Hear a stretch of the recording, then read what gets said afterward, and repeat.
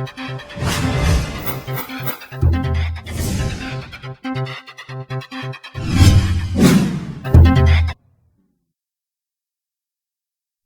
lang nila, half-truth pa rin sila eh. Dahil paniniwala nila si Jesus Christ ay mighty. Yung Father, yun ang Almighty. Sila sa... Yun lang ang difference. Pero may punto sila doon sa sinasabi nilang dito talaga tayo. Yung mga verses, tumatama lahat sa kanilang argumento. Correct. Yung paniniwala lang nila kay Jesus Christ, yun ang hindi. Yun lang na iba. Pero marami lang tumiwala doon. Kasi minimaintain lang 144 doon. 144,000 lang daw. Pastor, may tanong po. Yung sinabi nga po nung magnanakaw, nung sabi niya, di ba? Okay. Yung tatlo na sila pinako. Nung huling oras ng buhay niya, sabi, paano ba siya? Ay, wag mo akong kakalimutan kapag ikaw ay nasa niya. Sabi ni Diyos, sinasabi ko sa iyo, Okay. ngayon din, dadalhin kita, isasama kita sa paraiso. Anong tanong mo doon? Nasa paraiso. Anong tanong mo? Ano lang? Yun na yung... Silang dalawa po kasi ako lang pinapatanong. Nandun na siya. So, ang paraiso po ba na yan ay yung maaaring paraiso na i-register? Ibig sabihin siya yung nakapunta dun sa star? Oo. Siyempre, nung siya mamatay, pumunta siya doon sa third heaven. Di ba sila doon din? So, ibig sabihin, Pastor, ang sinasabi ninyong paraiso na yan, ang paraiso na yan ay yung Garden of Eden na i-restore tayo, na ibabalik tayo doon. Nakukonfuse ka doon sa Garden of Eden, paradise. Hindi nagsasama yun. Tapos na yung Garden of Eden. Tapos na yun. Pero may paradise. Hindi natin alam lang kung yung Garden of Eden, originally, yung ba yung paradise ngayon. Okay? Pero, ngayon pa man, mga kapatid, no? I believe may pagkakahawig siya o kamukha ng Garden of Eden. Kasi siyempre, kung ano yung mga bagay na nakikita doon sa langit, makikita mo rin dito sa lupa. Opo. Diba? Tama ba yan? Nakuha niyo ibig sabihin? Di ba, may dagat doon, may dagat din dito. May kabayo doon, may kabayo din dito. Di ba? Yung sinasabi sa Book of Revelation. Mga ganon. Ibig sabihin, so yung sinasabi mong, yung paradise niya, kaya sinabi niya, 2,000 million in paradise. Ang ibig niya sabihin doon, pag sinamatay, punta siya sa third heaven. Di ba yung paradise sa third heaven? 2 Corinthians chapter 12, verses 1 to 4, namin yun. Okay. Matutuwa na yung highlight yan. So, bilisan natin at medyo hanggang 5 o'clock lang tayo dito, hanggang 5 or 6. Sige kayo, bahala kayo, buti tayo na o'clock. Alam niyo na, dinidiscuss ko ito ng 2 days. Gospel of the Kingdom. Diba, Doc, Doc William, nagkaroon kami ng conference dito nun sa, Legend Hotel. 2 days sa amin tinalakay. Okay, so, part of the kingdom, ito po, gospel, ay shifting to a new paradigm. Ano po? Kingdom mindset. Tingin po yung word, yung word dito, repent for the kingdom of heaven is at hand. Tingnan niyo po mga kapatid. Ang paradigms ay ito. Ayan. Paradigms are mental concepts, ideas, or mindsets we hold in our minds and believe to be true. Yan, the paradigms we embrace come from our life experience. No? Kaya kung minsan yung iba, I am dead, but yun lang nalaman ko, doon ako mamamatay. Yan yung paradigm, no? Yung mindset ka na doon. Ganon. Na mindset ka na doon. Kaya sa totoo lang, mga kapatid, halimbawa, sample natin. Ang mga Israelites, iba galing sila ng Egypt. No? Nahati yung dagat na pula, nakatawid sila. Ngayon, sa panahon na sila ay nandun sa desert, di ba? Naaalala nila ngayon yung mga pagkain nila doon. Di ba? Sabi yan, babalik na lang kami sa Egypt. Tanong, physically ba makababalik pa sila? Kung doon sa dagat na pula sila babalik? Hindi di ba? Ano bumabalik? Isip. Yung isip pa bumabalik. Ayun yun. Minsan tayo na born again, matagal ng panahon, di ba? Anak na tayo ng Diyos. Pero minsan may mga thinking pa rin tayo na bumabalik yung alaala natin, dating hindi pa ako Kristiyano, mga gano'n. At kung minsan nagagawa talaga ng tao. Di ba? Kasi nga bumabalik yung isip. Eh sabi ng Colossians 1:13, sabi ron, ano, who was translated us from the power of darkness into His kingdom, into the kingdom of His dear Son. Di ba? Na tayo po itin-translate ng Lord from the power of darkness doon sa kingdom of His dear Son. So nasa kingdom of His dear Son ka na, kay Jesus Christ, kaya kuminsan niya, ang kaisipan ay worldly. Di ba? Kaya sinabi ni Paul, sabi niya, sa Romans 12 verse 2, sabi niya, that be ye transformed by the renewing of your mind.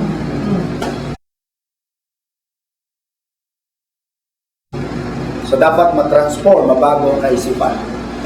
Okay? Yun po, no? Ito po, mga kapatid. Kung ang paradigm ay tama, no problem. Katawa ba?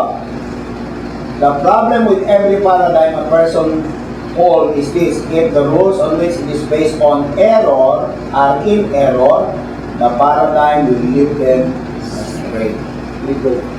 Diba? Kaya nga yung tinatawag na, alam mo, katulad natin, di ba? Medyo parang kahirap yatang baguhin ngayon ang klase ng pag-share ng Word of God. No? Paano mong yun isi-share ngayon sa mga tao without telling them about yung parang without kilitiin them papuntang langit? O, di ba? Medyo mahirap nang gawin yung bagay na. Pero, kung tayo sumusunod sa kalooban ng Diyos, madali lang din. Kasi we should focus on the rulership of Jesus Christ. Tingnan mo sa may Romans 10, 9 and 10, mga kapatid.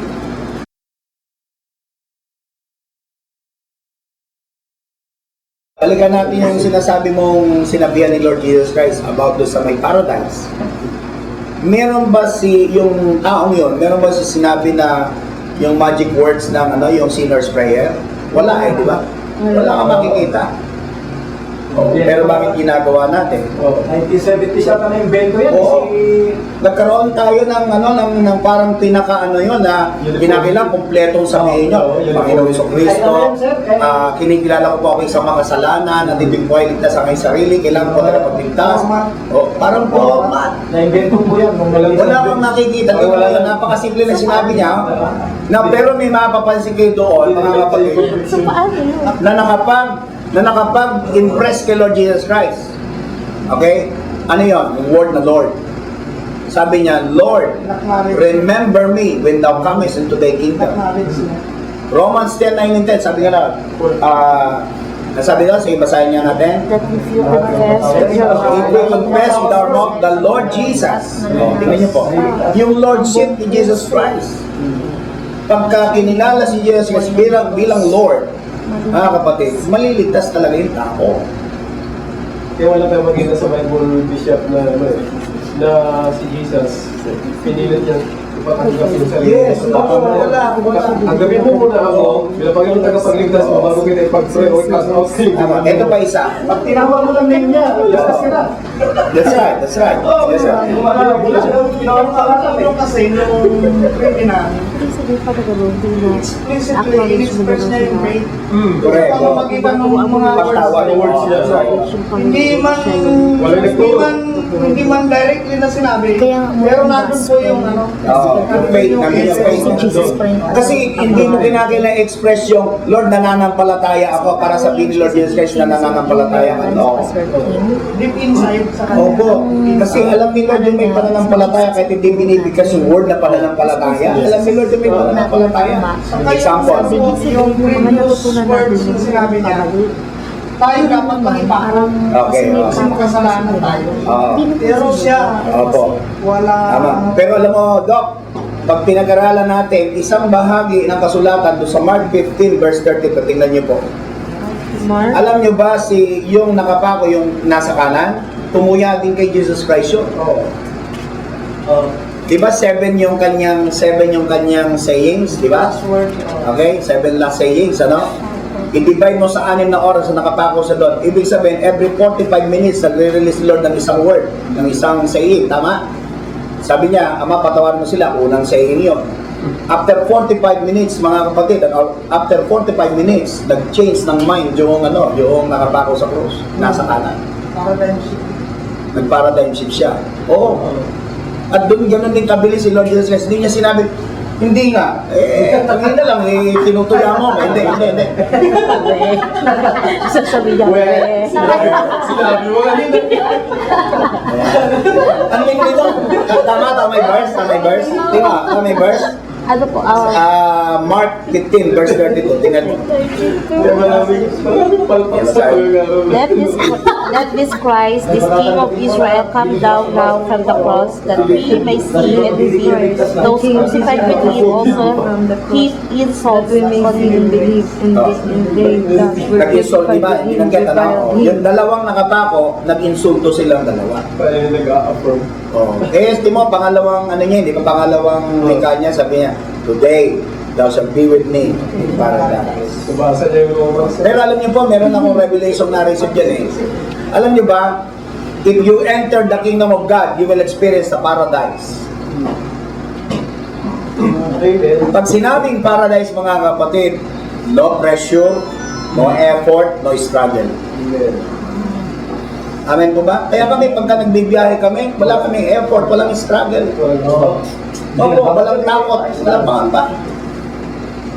Kasi yung talagang, yung paradise na sinasabi ni Lord Jesus Christ, nandun nga talaga sa kingdom of God, in a spiritual sense. Amen ba doon? Amen. Oh, yun po yun, mga kapatid. Amen po ba doon? Minsan yung anak ko, ito buhay na patuto ito eh. Nung araw, ginawa ko sa aking dalawang anak, binili ko ng yung maletang trolley, may trolley. Yun, no? Kinabukasan, pasokan na nila sa school. Eh sa totoo lang, naubos na yung pera namin pambili ng kanila magagandang bag, pero walang laman. Sabi ko sa kanila ng umaga, dali niyo yung bag ninyo. Ayaw dali ng mga bata, ayaw hilahin kasi walang laman. Walang notebook, walang ballpen, wala lahat. Walang school supplies. Sabi ko, lalamnan ni Lord mamaya yan. Walang struggle sa heart ko, sa puso ko. E dinala nila sa school. Yung panganay ko, numero 1 nagre-reklamo yun. Pero alam niyo ba, pagpasok nila ng school, tinawag siya ng teacher, nung mismong director, ano? May inabot sa kanya, sobre, bigay mo sa papa mo. Sabi ko gano'n. Kaya akala niya, sulat lang ako. Akala ko alam, sulat. Dahil opening ng school. Nung tingnan kong gano'n mga kapatid, may laman, 2,000 pesos. Naibili ko sila ng notebook, naibili ko sila ng libro. Diba? Kingdom yun eh, mga kapatid eh, kingdom yun. So yun yun, wala kang hindi ka na magpapalisa, yun po. Yun ang isang revelation na receive ko dyan. About sa today thou shalt be with me in paradise. Condition. Diba? No pressure.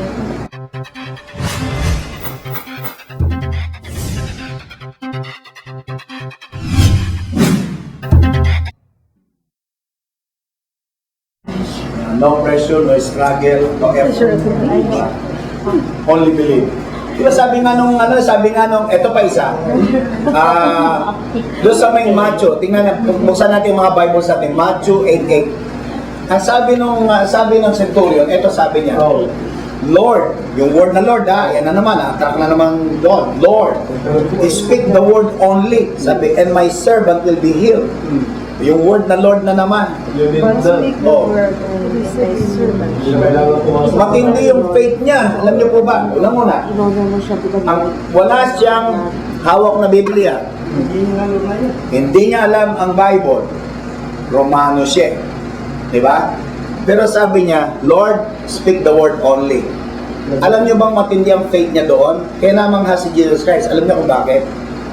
Kasi ang Lord ng mga Romano, si Caesar, si Pontius Pilate. Pag tumawag sila ng ibang Lord, papatayin sila. Imagine, itinaya nung centurion yung kanyang buhay para sa kanyang alipin. Nag-ship siya ng lordship.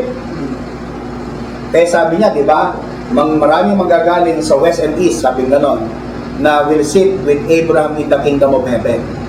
Sabi niya, ito pa matindi, sabi niya, doon sa may 8:12, sabi niya, but the children of the kingdom will be cast out into outer darkness. There shall be weeping and gnashing of teeth. Oh. Sa totoo lang mga kapatid, Hindi ko po sinasabing nawawala ang kaligtasan, pero hindi po nangangahulugang nandun tayo sa loob ng church. Ano po, ligtas tayo. Hello? Sabi nga ng 2 Corinthians 13 verse 5, examine yourself if ye be in the faith. Di ba? Si Judas Iscariot nasa loob ng pananampalataya pero wala siyang pananampalataya. Di ba? Eh yung pala sabi ni Lord Jesus Christ, hindi lahat ng tumatawag sa akin, Panginoon, ipapasok sa kaharian ng langit. Kundi yung mga sumusunod sa kalooban ng aking amang nasa langit. Amen po ba doon? Amen. So, tindi nun, ano, isipin mo, pwede may magchuchu, di ba? Eh, pumunta kay Caesar, no? King, may tinawag po ng aking centurion yung si Jesus na Lord. Oh, pwede siya i-demote, pwede siya i-kulong, pwede siya ipapatay. Kaya naman nga si Jesus, nagulat siya doon. Yun niya yung transferring of allegiance. Alam niyo po ba kung anong tawag doon? High treason po yun. High treason yun. Pagiging traitor. Opo. Nag-traitor siya kay Poncio Pilato. Lumipat siya ng loyalty. Yun po. Okay. Acknowledge siya yung authority ni Jesus. Oo. Acknowledge siya. Okay, tuloy natin. Yung nag-discussion natin. Ito po, tingnan niyo yung word na repent, oh. Ayan. Yan ang ibig sabihin talaga ng repent. Hindi yung kami nung araw, alam mo yun, naka-attend pa si Dr. William sa aming EGR nung araw, no? Alam mo, nakatulong sa amin yung EGR. Bakit hindi? Yung EGR na naging kasama na si G12. Pero yung palagi mong kinukonfess yung kasalanan mo, iiyak-iyakan mo pa yan. Tapos bukas gagawin mo na naman, iiyakan mo na naman, gagawin mo na lang sa bakalawa. Hindi repentance yun. Ano tawag? Remorse. Ang ibig sabihin talaga ng repent, niyo po, sabi na, no? Means, go back to the original. Okay, yan ang repent means highest concept. At pinakamataas sa building during the time of Jesus Christ ay yung fifth floor. Fifth floor, ang ibig sabihin. O kaya ngayon, ang ginawa natin, di ba? Yung mataas sa building, yung meron dong bahay doon sa pinangataluktok, ang tawag doon ay penthouse. Di ba? Penthouse. So, ang ibig sabihin na ay highest concept. No, highest concept. Repent means change the way you think and go back to the original and highest concept, which is the kingdom of God. Ano lang sasabihin mo? I am redeemed. I am changed. Pero pag sinasabi mo, I am weak, no? I am still a sinner. You are no longer sinner. Yes. We are saints. Amen po ba? Amen. Alam niyo ba pwede nating maranasan mga kapatid yung tinatawag na sinless perfection? Ang ibig sabihin ng sinless perfection, sin less and less and less and less until that you will reach the time of perfection. Alam niyo mga kapatid, tinignan ko, pinag-aralan ko mabuti, no? Actually, dati pinangangatiranan ko ito. Yun sa may Matthew 5:48. Ano sabi ni Jesus Christ doon? Be ye perfect even as my Father in heaven is perfect. Hinanapan ko pa ng meaning yun. Siguro ang ibig sabihin nito, mature. Okay, baguhin natin, palitan natin. Be ye mature as your Father in heaven is mature. Di ba ibig sabihin nun? Hindi. Kung sinabi perfect yun, perfect. Nothing less, nothing more. Be holy for I am holy. Di ba? You get what I'm saying? So pwede pala nating maranasan. Imagine, isipin mo ha. Hindi pala pwede yung anong pastor Isipin mo, kagigising ng umaga. Anak ka na akong ginawa sa magdamag na kasalanan, tapos hihingi ka sa Lord, Lord, patawarin mo po ako sa aking kasalanan. Natulog ka lang. Kasalanan ka agad. Natulog ka lang, kinabukasan gumising ka, humihingi ka ng tawag. Ulit-ulit. Unlimited. Hindi pa pala rason, pastor, yung nag-pray yung MC. Panginoon, patawarin niyo po kami. Nasa church, di ba? Tapos laging parang may guilt lang. Oo, parang may guilt. Tapos mami, may tatayo na may song leader. Patawarin niyo po kami sa mga kasalanan. Nag-closing prayer. Patawarin niyo po kami sa aming mga kasalanan. Sir. So yung part na ito, yun yung part ng, hindi kasi naiintindihan yung grace eh. Oo. Kaya nga, bahagi lang, no? Kasi tinan mo, hihingi tayo ng patawad. Ang tanong, gaano tayo nakakatiyak na yung pag sisisi natin, binanggit natin isa-isa ang ating mga kasalanan, pinatawad nga tayo. Yun ang tanong doon eh. Di ba? Pero kung titingnan lang natin yung katotohanan, si Ephesians chapter 1, di ba? You are already redeemed, washed by the blood, Sanctified. Sanctified na tayo. Sanctified, justified, Saan ba yun? only believe, just believe. Basta, bakit? Minsan ang nakakatuwa na pag sila ay nagsisi, para bang, okay na, pinatawad na tayo. Medyo, Pwede na. na ka lang, para yung kaisipan mo, para bang ikaw mismo yung nagbigay din ng pamantayan. Oo nga. Alright? Ikaw mismo yung nagbigay ng pamantayan na kapag nagsisi ka, ay matuwid ka na naman sa Panginoon. No. Deception po yun. Kasi, pagka sa tingin natin, na pinatawad tayo din nagsisi tayo, nagkakamali tayo. Ngayon, kung sa tingin naman natin na wala tayong ginawang kasalanan at mabuti tayo, nagkakamali pa rin. Kasi ang pwedeng mag-declare that you are righteous in His sight ay just because of the blood of Jesus, just because of the grace, di ba? Just because of the forgiveness of God. Paniniwalaan mo lang, hindi kinakailangan magsisi ng... Kasi ang tanong ko, sino po nakakatiyak palagi? Balik ulit tayo kung yun ang definition natin ng repentance, yung naming all the sins one by one. Sino nakakatiyak na naalaala natin lahat? Okay? Lahat Kung may makalimutan ng isa. Ikaw na paano kung may nakalimutan? Bakit? Kaya mo bang unawain lahat? O maalaala lahat yung mga ginawa mong pagkukulang, pagkakamali? No? Baka So, paano tayo nakakatiyak doon? Kaya therefore, hindi talaga garantiya yung... Kung yun ang definition ng pagsisisi, na pinapangalanan yung kasalanan. Kasi, sasaplay ka. Correct. Amen. Ito meron po isang verse dito sa may Hebrews 10:14, sabi dito, For by one offering he had perfected forever them that are sanctified. Perfected forever na tayo. Okay? Amen po ba doon? So, ang titingnan mo lang dyan, ang sasabihin mo lang, mga kapatid, yung bang, ito po, dati po kasi, sin conscious tayo. Ngayon, righteousness conscious na. Magkaiba yung sin conscious, kundi doon sa may righteous conscious. Righteousness conscious, di ba? Kasi pagka yung sin consciousness, palaging naano ka doon sa kasalanan, etc., etc. Pero kung halimbawa, ang iniisip mo, hindi, righteous na ako eh. Hindi na ako lalabag kay Lord. Ganun po eh. Mag-i-study. Parang ganito, para malubos natin maintindihan. Meron nangyari ito sa parting Europa, dahil kasi di ba mga kingdom siya, no? Parang sa Scotland ito nangyari eh. Merong may anak ng king doon, may prinsipe siya, no? Napaka-pilyong bata. Pilyong bata.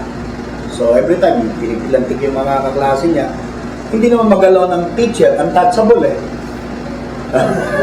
Dahil anak ng king eh, di ba? So, pwede siyang matanggal sa trabaho, etc. etc. Ang ginawa niya, nag-isip siya ng paraan. Ang ginawa niya, kumuha siya ng name tag, magkabila, dito at sa kabilang gano'n. Ang nakalagay, eto, I am a son of the king. Hindi ngayon ay sinabi. Pag mamimilantik na gano'n, sasabihin ng teacher, look at your nameplate, your plate, sabi nga your tag. Tingnan niya. Or say it, tell it to us. Say it aloud. I am a son of a king. I am a son of a king. Mula nung tumino yung bata. Kasi naging conscious sa kanyang position. Yes, magiging conscious ka lang sa position mo. You're the son of God na Di ba? iwas ka sa mga kwan. Yun eh. Magiging conscious ka na doon sa position mo. Amen. So, okay, itong repentance, meaning, change the way you think and go back to the original and highest concept. Highest concept yung kingdom eh. Yung binabangin niya ngayon ni Bishop Joel.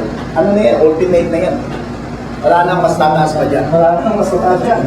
Wala na. Okay, therefore repent does not mean to list your sins and ask for forgiveness, but To change. change the way you think. Repent and believe in the gospel. Okay, may bibilisan natin. Change and transformation begin in the mind. Oh, yun, no? But be ye transformed by the renewing of your mind.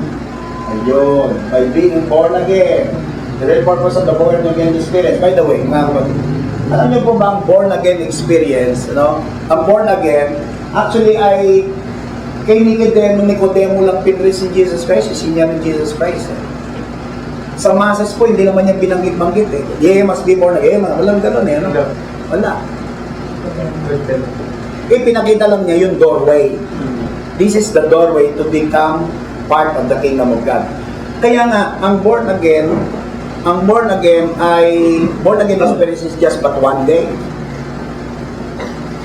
Ikaw, sister, ilan taon ka ng born again? Yes, Pastor. Naku, tinan mo nga, doon pa lang nahuli na kita. Sabi mo, 10 years na. Ang totoo niyan, ang born again experience is just but one day. Since first encounter. Di ba? Kasi, ganito yan, ano? Okay, na born again ako ngayon. Bukas, I am. Or at the time na ako'y na born again, I am becoming a citizen of the kingdom of God. Napasok na. The citizens of the kingdom of heaven na tayo. You should not always quote, I am born again, I am born again. Kasi one day experience lang yun. You get what I'm saying? Minsan, nasa area na, naliligaw ka to. Naliligaw.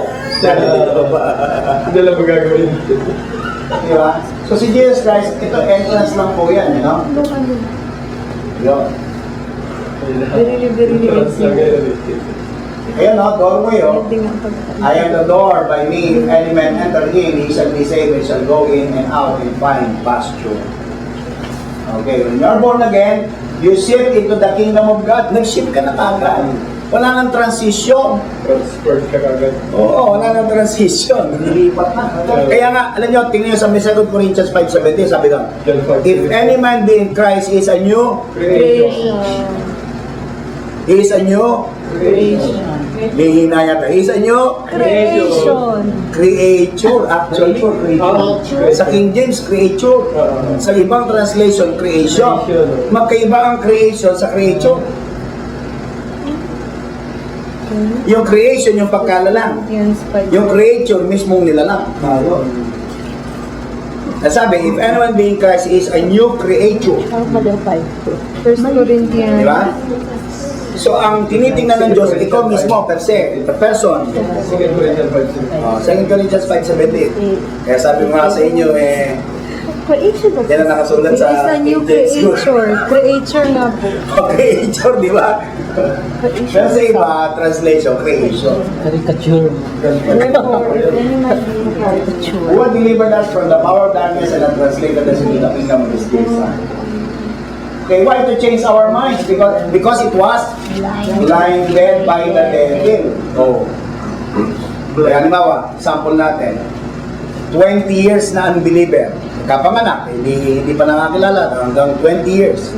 Tapos na born again, nung ika-20th year niya. Okay? Pagkatapos, yung bang overnight ba, machi-change siya sa kanyang mind? Of course not. Diba? May process yun. Although, positionally, diba, bagong nilalang na siya, right? Pero kung hindi siya pakakainin ng Word of God, machi-change pa siya? Hindi mababago ang kanyang kaisipan. Sa totoo nga, sabi nga sa pag-aaral nga, mga kapatid, kung gaano katagal yung pagkalin lang, ganun din ang panahon ng restoration. You get what I'm saying? Kung 10 taong kang nadaya, 10 taong din ang para 20 years din. Lampas na. Lampas na. Hindi naman ma-accelerate. Pwede naman ma-accelerate. Depende kasi yun sa kasi parang ideal yun sa sinasabi ko. Para ma-Israelites, di ba? Basta kaya-kaya ng... Oo. Diba? Ano lang yun? Mga nasa 15 days lang yun. 11 to 15 days lang yun, sir. 40 days lang na nakalagay. 40 days lang sana. Eh, dapat ng 40 years. 40 years. Pero sama pa sa, di ba, pagka hinapin mo yung ano, kaya ng isang linggo yun, hanggang 2 linggo. Kaya nga eh. Mabot na ano, dahil na mag-vaccine nila eh. Kaya ginawa ko rin tayo kasi may mga bata eh. Ito. Yung mindset, yun yung mga perspective. Ano? Ito po, ayan, papasok na tayo ngayon dyan. Yung mindset, naging stronghold siya. Nandun sa 2 Corinthians 10, 2 Corinthians 10, 3 to 5. Ano yun? Okay, ito po yan. Ano yung mga mindset? Okay, tama ba? 2 Corinthians 10, 3 to 5. Tungkol doon sa mga, ano? For though we walk in the flesh, we do not Yan, do not no? war Tama. after the flesh. Sige, basa. For the weapons of our warfare are not carnal, but mighty Ah. through God to the pulling down of strongholds, Yo. casting down imaginations and every high thing that exalts itself against the knowledge of God, and bringing into captivity every thought to the obedience of Christ. Yo. Tingnan mo nga, ano? Democratic mindset. Meron po mga mindset. Ang unang mindset ay democratic mindset. Tingnan po pagkakaiba ng democracy at saka ng kingdom. Basahin natin. A democracy is built on the power of the people. Okay? Yung kingdom is built on the power of the king. O, yun ang difference niya, di ba? Ano pa? In a democracy, the people have the right to vote and choose their leader. In a kingdom, there is no voting. You do not choose your leader. He chooses you. Alam niyo ba nakapasok sa church ito? Ito? Nakapasok sa church yan.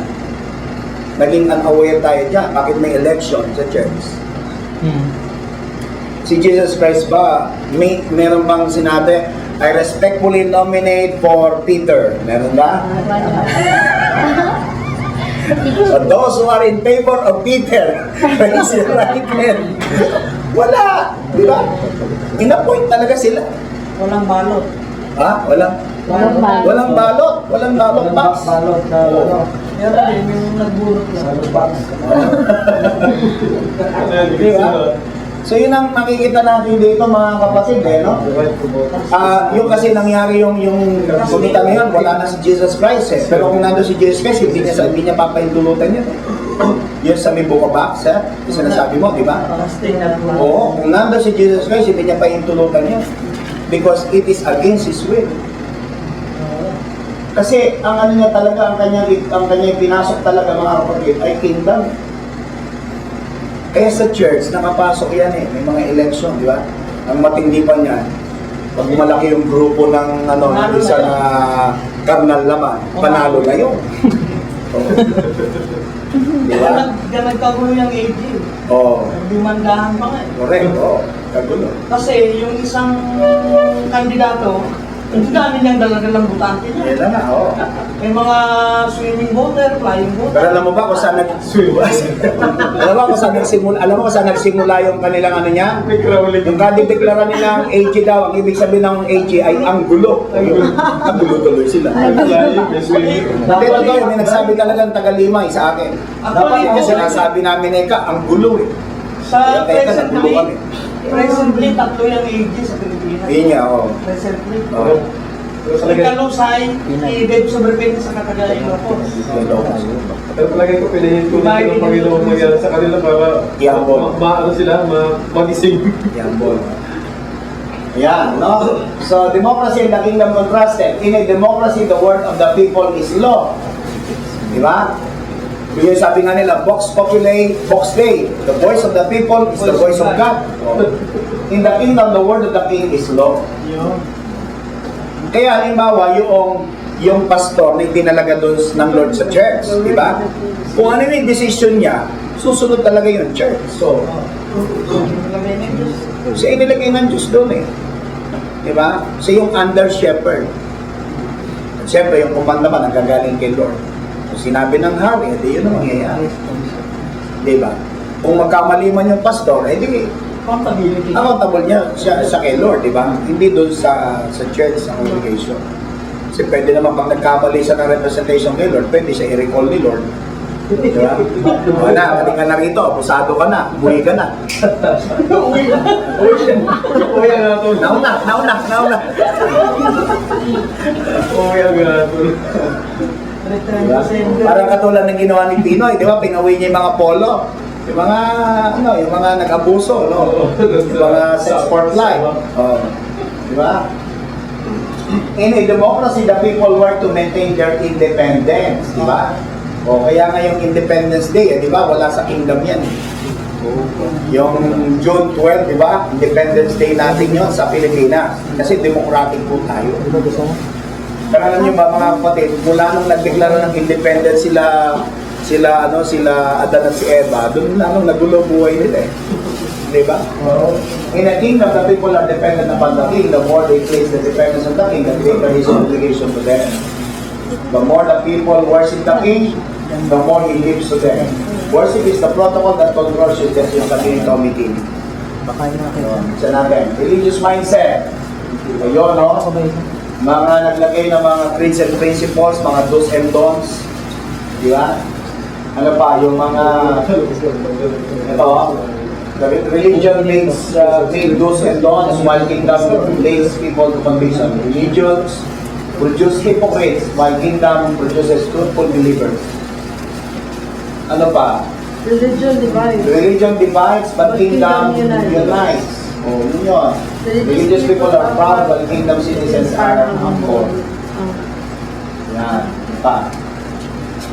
Slave mentality or poverty mentality. We are no longer slaves, but kings. Nakalagay yan sa Revelation 1:6.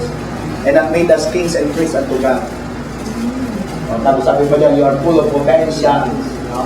Alam niyo ba, sabi nila, ayon sa pag-aaral, na ang potential ng tao, at least meron 300 potentials ng tao.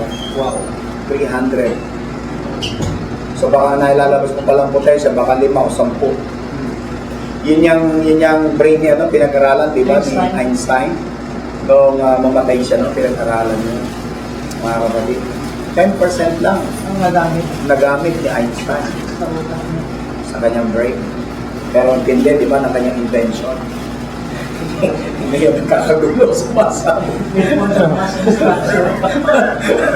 Weapon of mass destruction.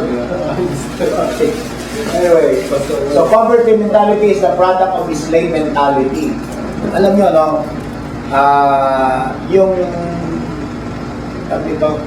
yung ukay-ukay, alam niyo, nagdadala ng ng poverty mentality sa tao. Ukay-ukay. Yung first option mo. Oo. Tinitink niya na ito ay signature, signature. Pero sa totoo lang, pwede ka naman bumili ng bago ng hindi naman kinakailangan signature, di ba? Tama ba? Mag-start ka lang doon. Oh. Kung gusto mo nga may signature, bumili ka sister ng bagong damit. Si signature ako. Ano yung tilba?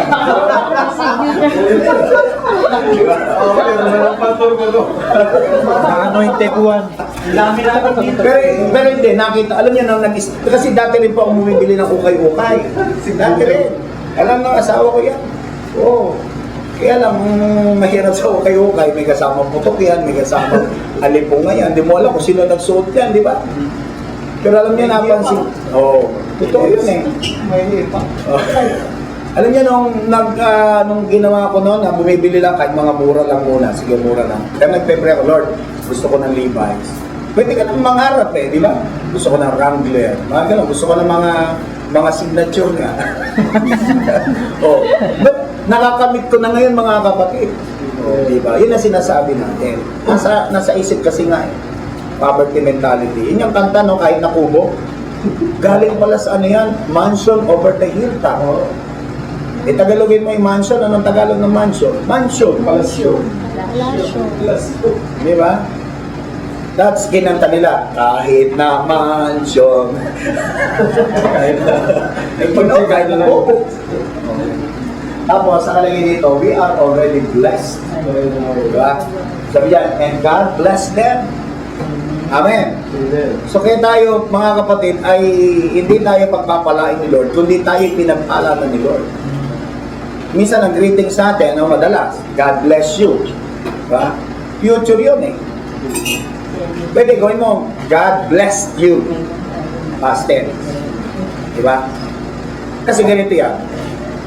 Halimbawa, ang isang tao may karamdaman. Di ba pinag-pray natin? Diniglarahan mo, You are already healed. Sabihin mo, contest mo, I am healed. Di ba? O yan, habang naglalakad, I am healed, I am healed, I am healed in the name of Jesus. Di ba nararanasan nila yung healing? Kaya pag sinasabi mo, I am blessed, I am blessed, I am blessed. Magmamanifest ang blessing ni Lord. Confusion. Yes, opo, ganun po yun. The power of power. Di sa mo, halimbawa, nakita mo, meron dong magandang sasakyan. Uuwi na sa amin. In Jesus name. Diba? Oo, isang araw, magkakaroon ako niya. Amen. Amen mo doon? Diba? Ganun po. Alam mo na, sa pangarap lang naman natin yung mga touchscreen na yan, di ba? Oo, ina-upgrade ka rin ng Lord eh. Ako, nag-start ako ng araw, yung cellphone na, yung pangalso. Nung araw, di ba? Mga pangalso, kaya pangapanghilod.